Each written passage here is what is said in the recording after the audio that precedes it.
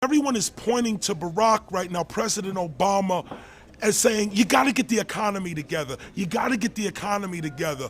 When in fact, the president has very little to do with the economy.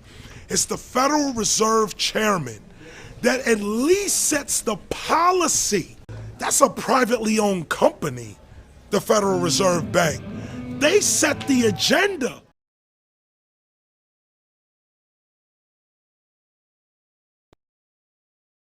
In 1913, the Federal Reserve Act was passed, floor of the House, where 3 members of Congress were on the floor. At that time, they only needed a majority of votes to pass it. So in 1913, the Federal Reserve Act was passed. 20 years later, 1933, under Roosevelt, the United States was declared bankrupt. And in 1933, the Federal Reserve private bank says, okay, USA, what are you going to pledge as collateral on the debt you owe me? What happened by 1936? Does anybody know? We instituted Social Security system, and you and I and our children and our children's children were pledged as collateral on the debt of our government to the Federal Reserve. And that's where we're at today.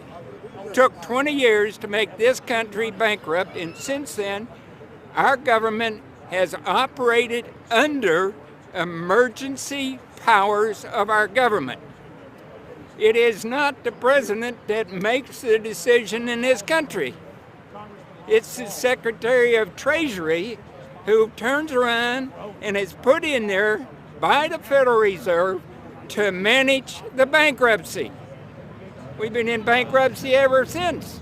So to print $700 billion and to give it away, how do they get away with it? The manager of the bankruptcy is told by the Federal Reserve this is the way to go. That's where we're at today.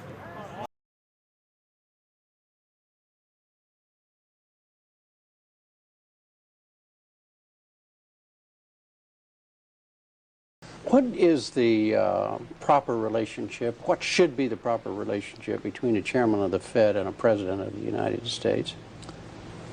Well, first of all, the Federal Reserve is an independent agency, and that means basically that there is no other agency of government which can overrule actions that we take.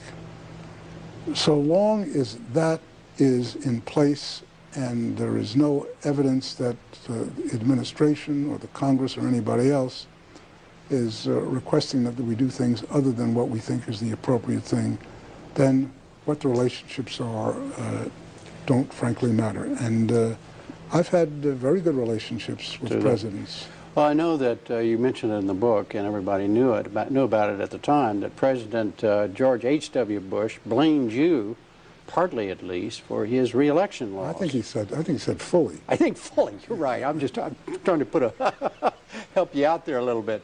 What is it you did that that upset him so?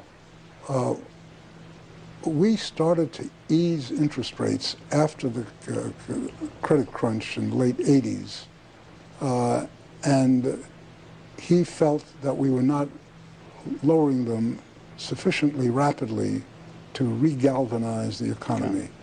The Federal Reserve, essentially in a unanimous voice, disagreed with him. Were you aware of the fact that this could hurt George H.W. Bush's re-election? Was that